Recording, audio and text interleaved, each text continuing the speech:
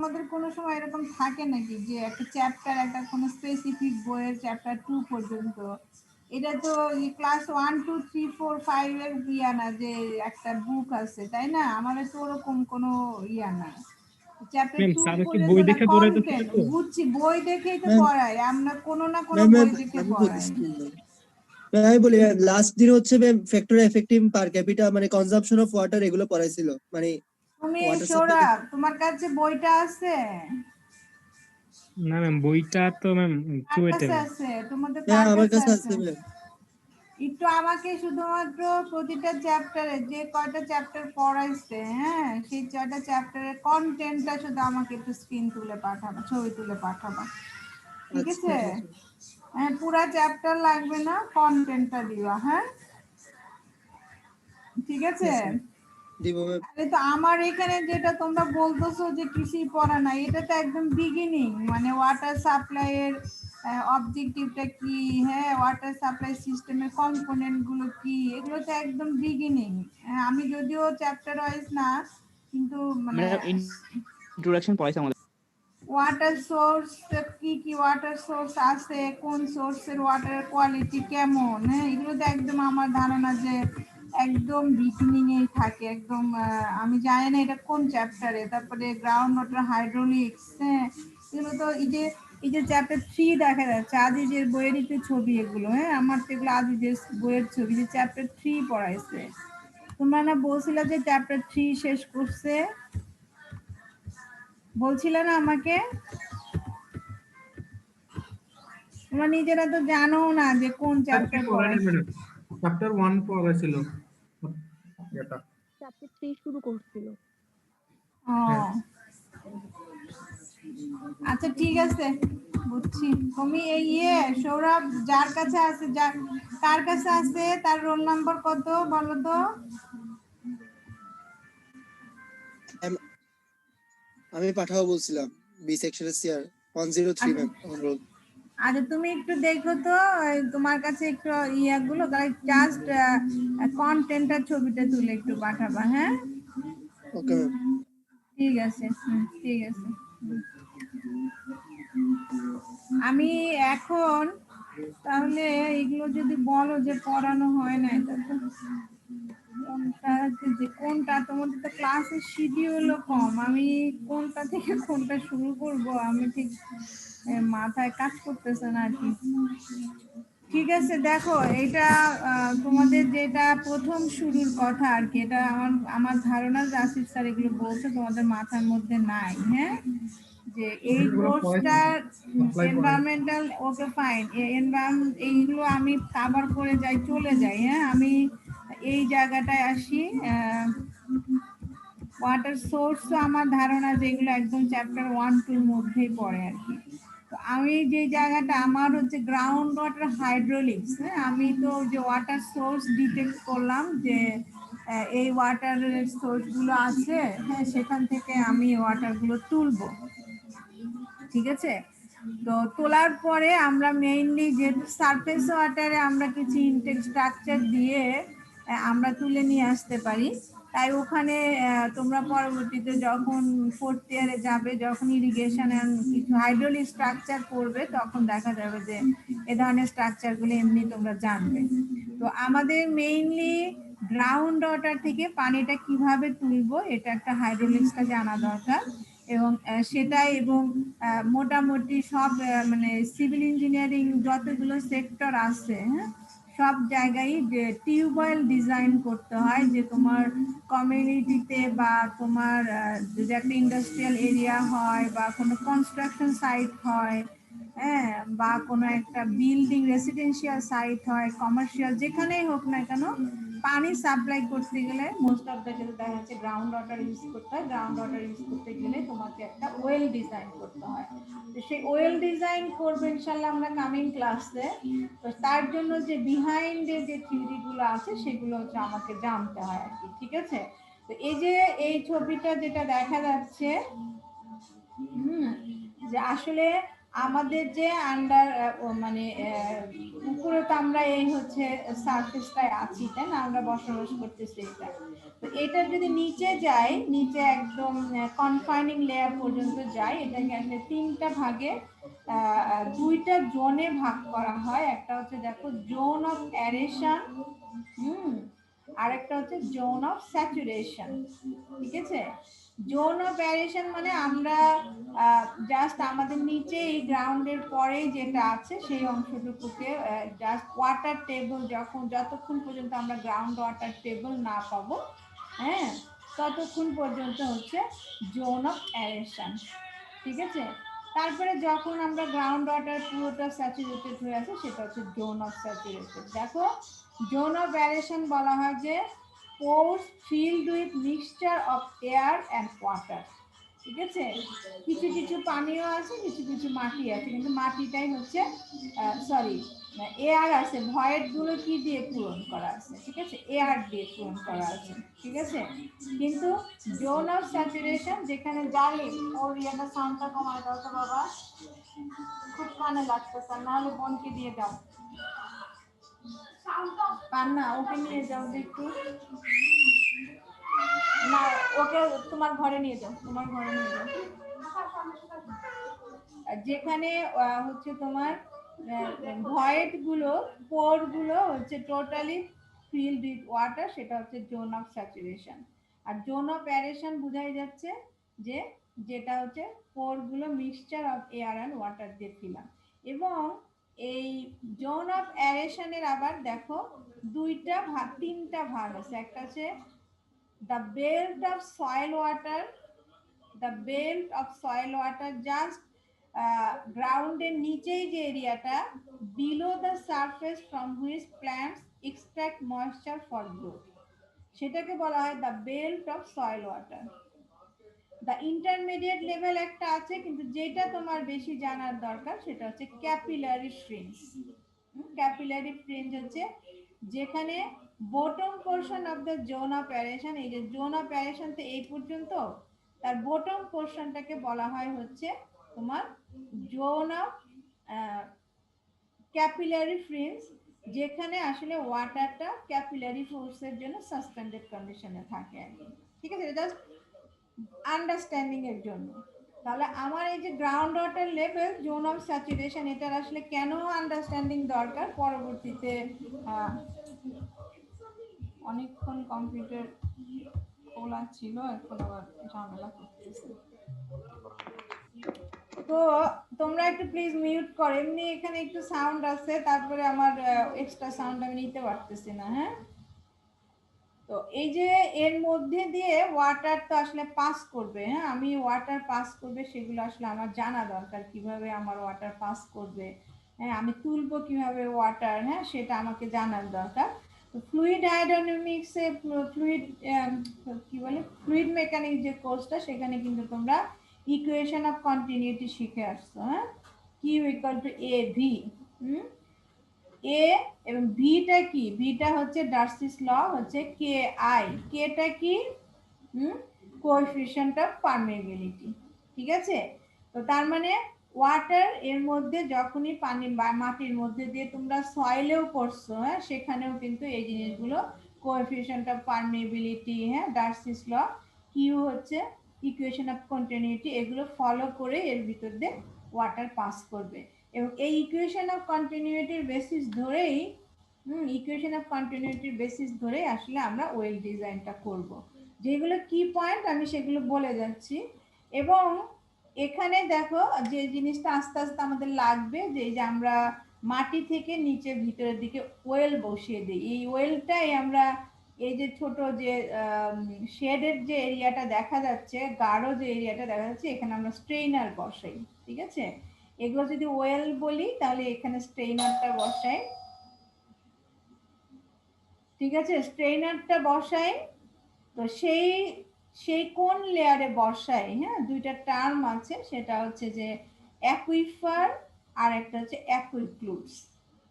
এই যে দেখো এগুলো হচ্ছে অ্যাকুইফার, দেখো the soil strata which contain groundwater and will readily yield it to wells।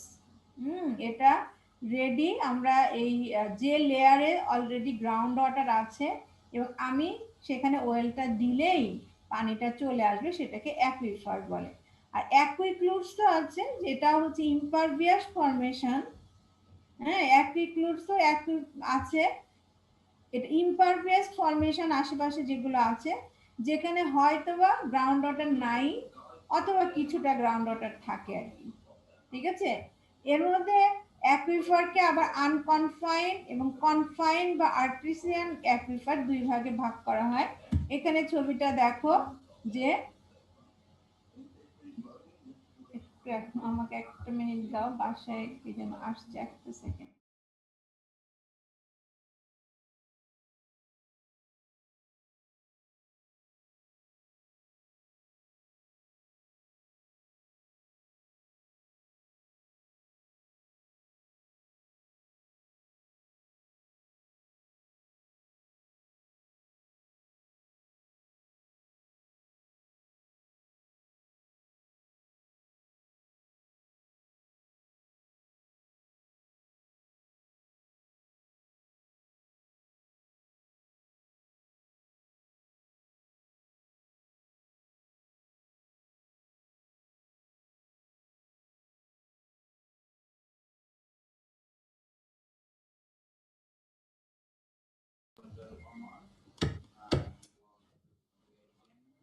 হ্যাঁ হ্যাঁ, যাও।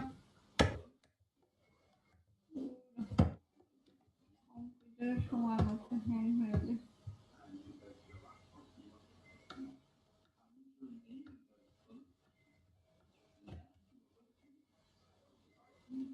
দেখো, আনকনফাইন্ড অ্যাকুইফার যেটা, সেটা হচ্ছে যে এইটা দেখো, যদি কনফাইন্ড অ্যাকুইফার দেখো তাহলে বুঝবা যে এই যে একটা অ্যাকুইফার আছে যেখানে গ্রাউন্ড ওয়াটার আছে, কিন্তু তার আপার লেয়ারে একটা ইমপারভিয়াস লেয়ার দিয়ে এটা কনফাইন্ড হয়ে আছে।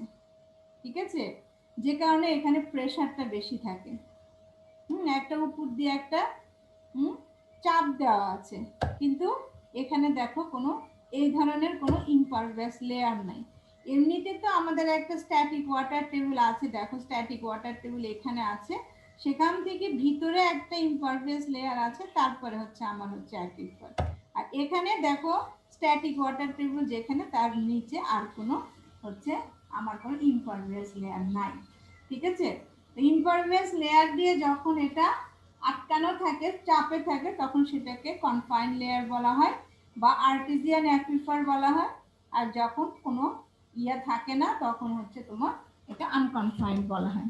ঠিক আছে, এটা ছবির মাধ্যমে বুঝালাম, সেই কথাটা এখানে উল্লেখ করা আছে, তোমরা একটু দেখে নিও। এবং এইটা জিনিসটা দেখো, এই যে এই ছবিটা একটু বুঝতে হবে, এখানে যা যা লেখা আছে সবই কিন্তু আমি ছবিতে যা বলতেছি সেই কথাগুলো এখানে আমি লিখে রাখছি, যে একটা অ্যাকুইফারের মধ্যে আমি এইভাবে হচ্ছে ওয়েলটা বসাবো। উদ্দেশ্য থাকে যে আমি ওয়েল দিয়ে পাম্পিং এর মাধ্যমে, সেটা হচ্ছে মেশিনারি পাম্পিং হতে পারে, অথবা হচ্ছে তোমরা আসো তো? জি ম্যাডাম।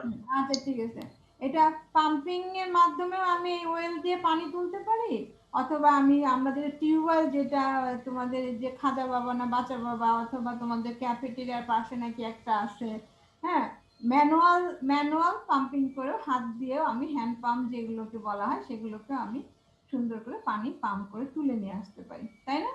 কিন্তু যেটা বিষয়টা যে আমরা শুধুমাত্র পাম্পিং এর মাধ্যমে মানে পানিটা তুলতেছি, কিন্তু যেটা নলেজের বাইরে, যে আমরা পানিটা তুলতেছি হচ্ছে গ্রাউন্ড ওয়াটার। তো আমরা মাটি থেকে একটা নির্দিষ্ট লেভেলে আসার পরে খনন করে করে আস্তে আস্তে দেখব যে আমাদের এখানে একটা পানির ওয়াটার টেবল আছে, পানির লেভেল আছে। ঠিক আছে, কিন্তু আমি যখনই এই পানিটা যখনই পাম্প করে উপরের দিকে তুলবো, তখন একটা প্রেসার ক্রিয়েট হয়ে এই ওয়াটার লেভেলটা তখন আর এখানে থাকে না। ডিউরিং দ্য পাম্পিং আওয়ার্স পানিটা কিন্তু তখন আর এখানে থাকে না, পানিটা তখন নেমে এই পজিশনে চলে আসে। দেখা যাচ্ছে স্মল ডি যে পজিশনটা, এই পজিশনে পানিটা নেমে আসে। এই পানিটা কি শেপে আসে? এ ধরনের একটা কোণাকৃতি কার্ভ ফর্ম করে, ঠিক আছে। এই পাশেও একটা কোণাকৃতি কার্ভ ফর্ম করে হচ্ছে পানিটা যখন আমি পাম্প করি তখন আর এই জায়গাটায় থাকে না, তখন পানিটা এখানে আসে। এই যে ফেনোমেনাটা এটাকে বলা হয় ড্রডাউন ফেনোমেনা, ঠিক আছে। পাম্পের সময় ওয়াটার লেভেলটা লোয়ার্ড হয়ে একটা নির্দিষ্ট লেভেলে চলে আসে, যেটাকে একটা শেপ ফর্ম করে, যে শেপটাকে বলা হয় কোন অফ ডিপ্রেশন, এবং যতটুকু পানি নেমে গেল সেটাকে বলা হয় হচ্ছে ড্রডাউন, ঠিক আছে। এবং এই অংশটুকুকে ড্রডাউন বলা হয়। এবং যেই এরিয়াটুকু, এইটা যদি একটা ওয়েল হয়, ওয়েলের রেডিয়াসটা হচ্ছে আর, স্মল আর, এবং এই ড্রডাউন ইফেক্টটা অ্যাকচুয়ালি কতটুকু আছে, এখান থেকে একদম এই পর্যন্ত ড্রডাউন ইফেক্টটা আছে, তাই না। এখান থেকে এইটুকু, এখান থেকে এইটুকু, দুই দিকে সমান। এইটাকে বলা হয় হচ্ছে এই স্মল যে রেডিয়াসটা আছে, ইনফ্লুয়েন্স যেটা ড্রডাউনের ইফেক্ট যতটুকু, সেটাকে বলা হয় হচ্ছে রেডিয়াস অফ ইনফ্লুয়েন্স, ঠিক আছে। এই জিনিসগুলো আস্তে আস্তে তোমার থিওরিতে বা তোমার ক্যালকুলেশনে লাগবে, দ্যাটস ওয়াই এটাকে বুঝায় আমি একটু ছবির মাধ্যমে বুঝিয়ে দিলাম। তাহলে মেইন কথা যে আমরা নিচে যে zone of aeration, zone of স্যাচুরেশনের মধ্যে আমরা যে ওয়াটার লেভেলটা পাচ্ছি, এটা যখনই আমার যে কোনো পারপাজে, সেটা ম্যানুয়াল পাম্পিং হোক আর মেশিন মানে মেকানিক্যাল পাম্পিং হোক, তার মাধ্যমে যখনই পানিটা তোলার চেষ্টা করব, তখন পানিটা তার ওই লোকেশনে থাকবে না, সে নিচের দিকে নেমে যাবে, কিন্তু নেমে যাবে মানে একটা ভার্টিক্যাল শেপ না, এটা হচ্ছে একটা কোণাকৃতি, এটা কোণ ফর্ম করে এটা নেমে যাবে, ঠিক আছে। এবং যতটুকু নামবে সেই নামাটাকে বলা হয় হচ্ছে ড্রডাউন, এবং যেই ফর্মে নামবে সেটাকে বলা হয় কোণ অফ ডিপ্রেশন, এবং যেই এরিয়া জুড়ে এটা ইনফ্লুয়েন্সটা থাকবে, যে রেডিয়াস জুড়ে, সেই রেডিয়াসটাকে বলা হয় হচ্ছে রেডিয়াস অফ ইনফ্লুয়েন্স। ক্লিয়ার কিনা বলো?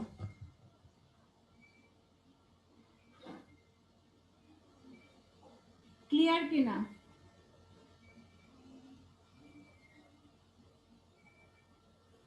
কেউ নাই? তোমরা কেউ আছো? আচ্ছা, বুঝা গেছে তো। এবং এখন যখন আমি একটা ওয়েল এখানে বসাবো, সেই একটা ওয়েল থেকে এ ধরনের ড্রডাউন ইফেক্ট করে আমি কি পরিমাণ পানি পাবো সেটা হচ্ছে আমাকে বের করতে হবে, ঠিক আছে। আদারওয়াইজ আমার বিল্ডিং এ বলো, আমার কমিউনিটিতে বলো, আমার ইন্ডাস্ট্রিতে বলো, আমি আমার রিকোয়ার্ড ওয়াটারটা আমি পাবো না। আমি তো ক্যালকুলেশন করে আসছি যে আমার পানি লাগবে এত, হয়তো 1000 গ্যালন পার ডে, ঠিক আছে। তা আমি এই ধরনের সয়েলের মধ্যে আমি এই একটা ওয়েল বসিয়ে আমি আমার পানিটা রিকোয়ার্ড 1000 গ্যালন পার ডে আমি পানি পাবো কিনা সেটা আমাকে ক্যালকুলেশন করে দেখতে হবে, কারণ পানি তো আসলে এখানে থাকবে না, পানি তো আসলে নেমে যাবে নিচে, ঠিক আছে। তো এই যে ক্যালকুলেশনের মেথডটা, যে কিউ বের করব আমার, যে এটা থেকে আমি ইল্ড কতটুকু পাবো, এটা বের করার জন্য আমরা যদি ইন্টারমিডিয়েটের কথা যাই, ডিফারেন্সিয়েশন ইন্টিগ্রেশন, হ্যাঁ, এখানে ইন্টিগ্রেশন করে এই যে এখানে ফাইনাইট একটা এলিমেন্ট না হয়েছে, ছোট্ট একটা এলিমেন্ট না হয়েছে, যার ডিস্টেন্স হচ্ছে ভার্টিক্যাল ডিস্টেন্স ডিওয়াই এবং হরিজন্টাল ডিস্টেন্স ডিএক্স, যে কোনো একটা পয়েন্ট না হয়েছে এই কার্ভের উপরে, ঠিক আছে। হ্যাঁ, তো এই ছোট্ট একটা এলিমেন্টকে নিয়ে এটাকে ইন্টিগ্রেট করে টোটালটা বের করা হয়েছে, ঠিক আছে। এবার আমি দেখি যে সেই জিনিসটা কি করছে। এখানে দেখো, তাহলে আমার ড্রডাউন, আসলে দেখো ড্রডাউন কোনটা, নিচ থেকে যদি ইম্পারভিয়াস, একটু কথা না বলে দেখতে থাকো। এই ইম্পারভিয়াস লেয়ার থেকে আমার যেখানে ড্রডাউনটা নামছে, যে অংশটা, সেটাকে যদি ছোট ডি বলা হয়, এবং টোটাল এই লেয়ারটাকে যদি বড় ডি বলা হয়, তাহলে ড্রডাউন হচ্ছে এই ডি মাইনাস ডি, কারণ ড্রডাউন অ্যাকচুয়ালি এখান থেকে কতটুকু নামছে সেটাকে কিন্তু ড্রডাউন বলা হয়, ঠিক আছে। ইকুয়েশনে কিন্তু এগুলো অ্যাপ্লিকেশন আছে, এটা যাতে মাথায় থাকে যে আসলে আমার ডি মাইনাস ডি হচ্ছে ড্রডাউন। ক্যালকুলেশনের মেজারমেন্টের সুবিধার জন্য এভাবে ওরা হচ্ছে ডিনোট করছে আর কি, ঠিক আছে। তাহলে এইটা একটা ওয়েল থেকে একটা নির্দিষ্ট অ্যামাউন্টের কিউ পেতে হলে বা কি পরিমাণ কিউ পাবো সেটা ক্যালকুলেশন করতে হলে যেটা করছে যে একটা ড্রডাউন কার্ভের উপর একটা পয়েন্ট নিচে ছোট্ট একটা এলিমেন্ট নিচে সেটাকে আস্তে আস্তে ইন্টিগ্রেট করে টোটাল থেকে আমরা হচ্ছে ইয়া পাবো, কি জানো, ইল্ড পাবো, সেটা বের করার জন্য এটা করা হয়েছে। তাহলে এইখানে দেখো ইকুয়েশনটা, যদি এখানে দুইটা ইকুয়েশন আছে, তোমার লেয়ারটা আনকনফাইন্ড লেয়ার নাকি কনফাইন্ড লেয়ার সেটার উপরে ডিপেন্ড করে হচ্ছে এখানে কিউটা ক্যালকুলেশন করার প্রসেসটা আছে।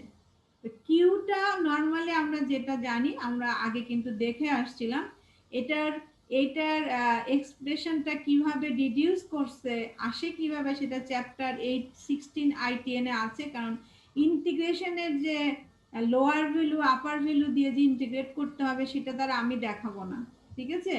এটা হচ্ছে শুধুমাত্র এই ক্লাসের যেটা অন্তর্ভুক্ত, যেটা হচ্ছে যে এটা কি থিওরি অ্যাপ্লাই করে ইন্টিগ্রেশনটা করতেছে সেটা।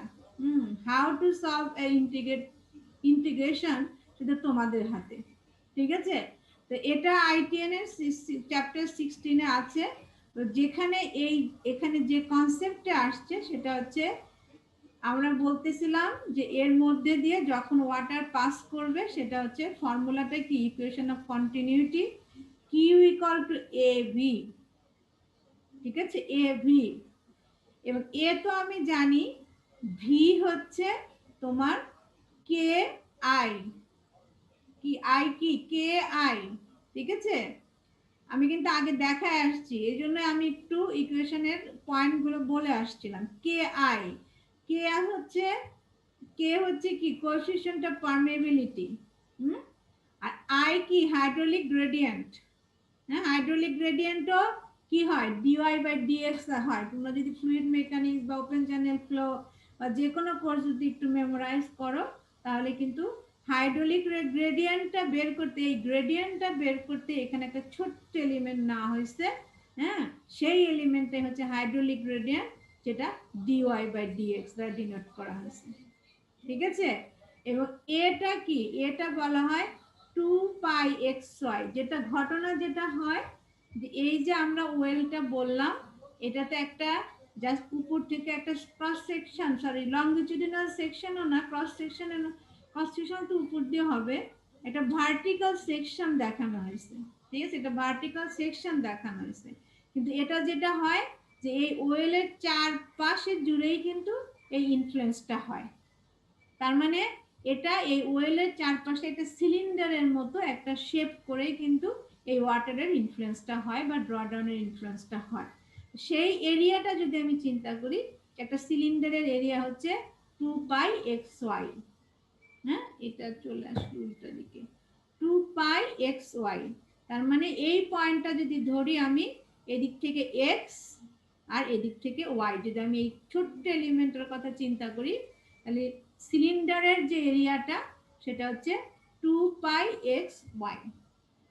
এখন আমি জাস্ট ইন্টিগ্রেট করব, তাহলে কিউ ইকুয়াল টু কি, কিউ সবগুলো টার্মকে যদি তুমি রিপ্লেস করো, হ্যাঁ, Q equal to A V, যা যা আছে সবগুলো টার্মকে যদি রিপ্লেস করো তাহলে আসলে ইকুয়েশনটা দাঁড়ায় হচ্ছে এরকম। এখন তুমি ইন্টিগ্রেশন করবা, লোয়ার ভ্যালু আপার ভ্যালু দিয়ে দিবা, ডি আর বিগ ডি দিয়ে দিবা, দিলে তোমার ফাইনাল ইকুয়েশনটা ডিডিউস হবে হচ্ছে এইভাবে, কিউ ইকুয়াল টু এটা। এখন তুমি ইন্টিগ্রেশন কিভাবে করবা, তাহলে তো তুমি ইন্টারমিডিয়েটের বই খুলে ইন্টিগ্রেশনটা সলভ করবা আর কি, ঠিক আছে। এইটা হচ্ছে একটা আনকনফাইন্ড অ্যাকুইফার যদি হয় তাহলে সেখানে আমি একটা আর রেডিয়াসের যদি ওয়েল বসাই, তাহলে সেখান থেকে আমি কি পরিমাণ ইল্ড পাবো সেটা হচ্ছে সেটার সূত্র, যেখানে আমাকে এই প্রত্যেকটা ভ্যালু জানতে হবে এবং কোএফিশিয়েন্ট অফ পারমিয়াবিলিটি সবকিছু জানতে হবে, জেনেই আমি একটা এই ওয়েলের কিউটা পাবো, ঠিক। এটা হচ্ছে আনকনফাইন্ড অ্যাকুইফার। আর যদি একটা কনফাইন্ড অ্যাকুইফার হয়, এর ধরনের একটা কনফাইন্ড অ্যাকুইফার হয়, সেই ক্ষেত্রে কিন্তু ওই যে সবকিছু সেম, শুধুমাত্র এইখানে একটা ফর্মুলা চলে আসতেছে, আমার যে এরিয়া ওখানে ছিল 2πxy, এক্স ওয়াই, কারণ পুরোটাই ছিল পানি, এখানে আর 2 পাই এক্স ওয়াই না, 2 পাই এক্স এম, কারণ হচ্ছে সিলিন্ডারটা কতটুকু শুধুমাত্র এই এরিয়ার এই হাইটে আছে, কারণ পানিটা খেলা করতেছে এই জায়গাটায়। ঠিক আছে, আমি যখন পানি তুলবো তখন কিন্তু পানিটা আমার এই যে নিচে যে অ্যাকুইফারের যে থিকনেসটা আছে এম, সেই এম বরাবরই তার ইনফ্লুয়েন্সটা আছে। দ্যাটস ওয়াই এই এরিয়াটাকে A equal to 2 pi x m ধরে ইকুয়েশন থেকে ডিডিউস করছে। দুইটার ক্ষেত্রে দুইটা ইকুয়েশন, আনকনফাইন্ড অ্যাকুইফার হলে কি ইকুয়েশন আর কনফাইন্ড অ্যাকুইফার হলে কি ইকুয়েশন হবে সেটা এখানে ডিডিউস করা আছে। বলো এবার কি প্রশ্ন করছিলাম?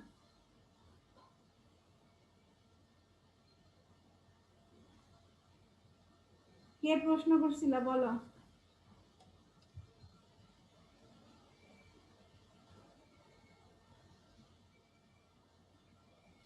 প্রশ্ন নাই?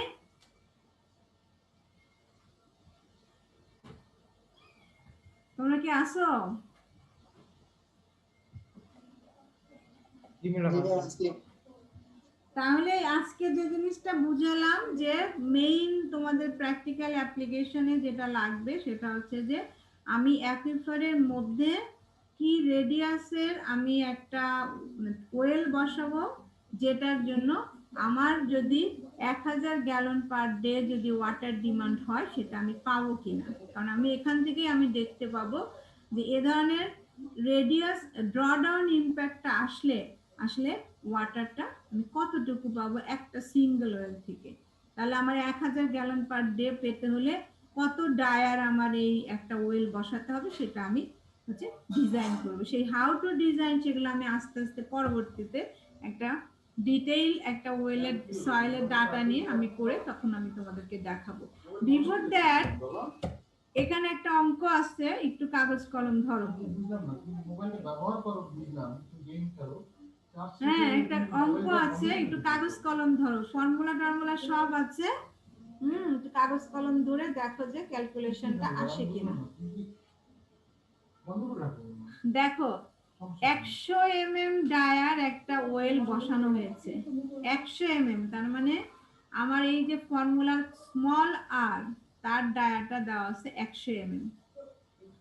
ঠিক আছে, 100 mm ডায়ার একটা টিউবওয়েল বসানো হয়েছে 35 metre below static ground water লেভেলে। তার মানে আমার এই বিগ ডিটা দেখো ফর এই যে স্ট্যাটিক ওয়াটার লেভেলের নিচে আমাকে হচ্ছে 100 mm ডায়ার একটা ওয়েল বসিয়েছি, তার মানে ডিটা আমার দেওয়া আছে হচ্ছে 35 metre. The depth of water in the tube oil while pumping is 33 meter.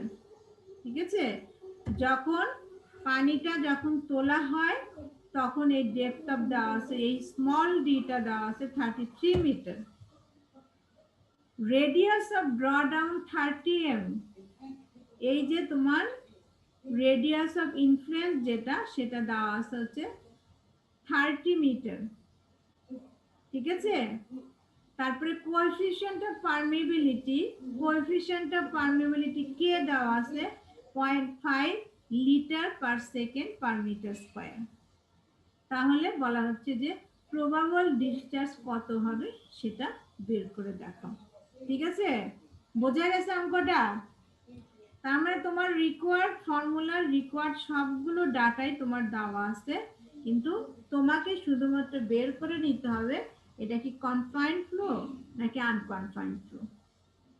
ঠিক আছে, সেটা বের করে নিয়ে, যেহেতু এখানে কনফাইন্ড লেয়ারের কোনো থিকনেস দেওয়া নাই, হ্যাঁ, তো এটা আনকনফাইন্ড লেয়ার, এখানে কোনো কিছু কনফাইন্ড লেয়ারের কথা কিন্তু কিচ্ছু বলা হয় নাই। তার মানে আমি কনফাইন্ড লেয়ার ধরেই আমি এই রিকোয়ার্ড কিউটা বা এস্টিমেটেড কিউটা আমি বের করব।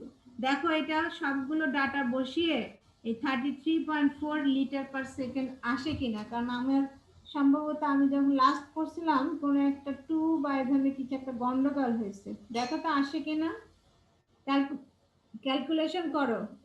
আদারওয়াইজ দ্য ইকুয়েশনটা অবশ্যই বইয়ের সাথে চেক করে দেখবা। আমি যেটা লিখে দিছি কি যেন একটা গন্ডগোল আছে, কোথায় একটা 2 বা স্কয়ারের কি একটা গন্ডগোল আছে। ধরছো? কেউ ক্যালকুলেটর ধরছো?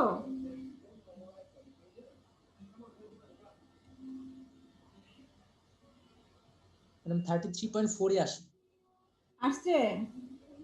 জি ম্যাম। আচ্ছা, তার মানে তো বুঝতে কোনো সমস্যা নাই নাকি? তারপরে দেখো আরেকটা অঙ্ক করো। এখানে দেখো এই যে কনফাইন লেয়ারের থিকনেস দেওয়া আছে 10 মিটার, ঠিক আছে? তো এখান থেকেই বোঝা যাচ্ছে যে এটা কনফাইন্ড ফ্লো। এখানে ডাটাগুলো দেওয়া আছে, ঠিক একইভাবে ডাটাগুলো দেওয়া আছে। তো এইখানে তাহলে এইখানে কি ফর্মুলাটাই সমস্যা কিনা, কোনটা যেন একটু সমস্যা আছে। হ্যাঁ, দেখো তো এই ফর্মুলায় বসিয়ে এটা আসে কিনা, সব ডাটা এখানে দেওয়া আছে।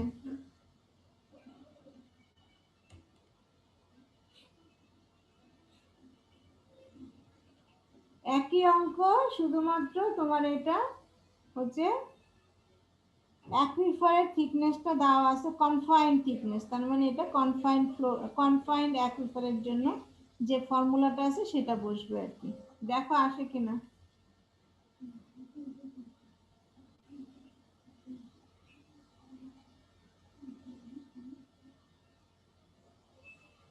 জি ম্যাডাম এটাই তো আসে।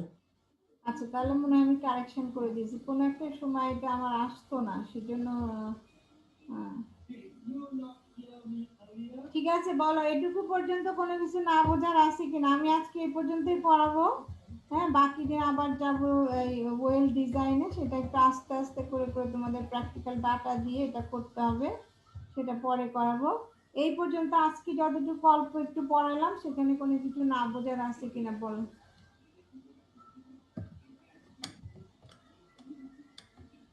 এই ম্যাটেরিয়ালটা আমি একটু তোমাদের ওই কন্টেন্টটা দেখে, তোমরা যে স্যার পড়াইছে, তারপর ওই যে তোমাদের কিছু ওয়াটার ডিমান্ড ক্যালকুলেশন বা পপুলেশন এস্টিমেশন ওগুলো করাইছে কিনা আমি একটু দেখবো।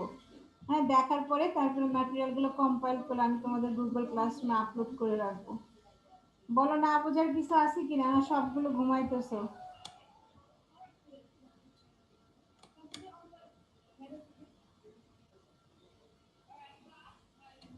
351 এ তাহলে আর কোনো, সবগুলো স্টুডেন্ট হচ্ছে গুগল ক্লাসরুমে অ্যাড হয়ে গেছে, তাই তো? আর তো কোনো সমস্যা নাই।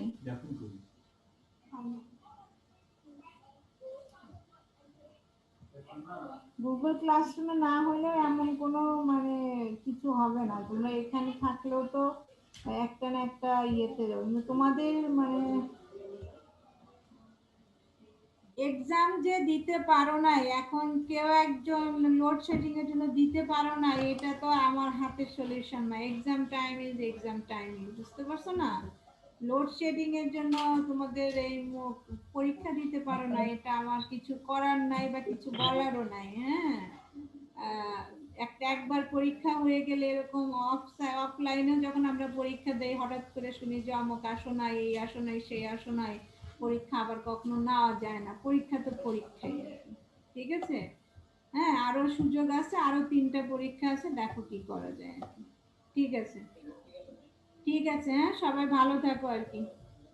সবার তো এই যে এই কই সানজিদা না কে, কত রোল নাম্বার ছিল, 72 না 76, ঠিক মতো পাঠাইছো? আচ্ছা জি ম্যাডাম ইমেলে দিছে আর আচ্ছা, ক্লাসরুম। ঠিক আছে, আচ্ছা ঠিক আছে, ঠিক আছে, রাখি তাহলে।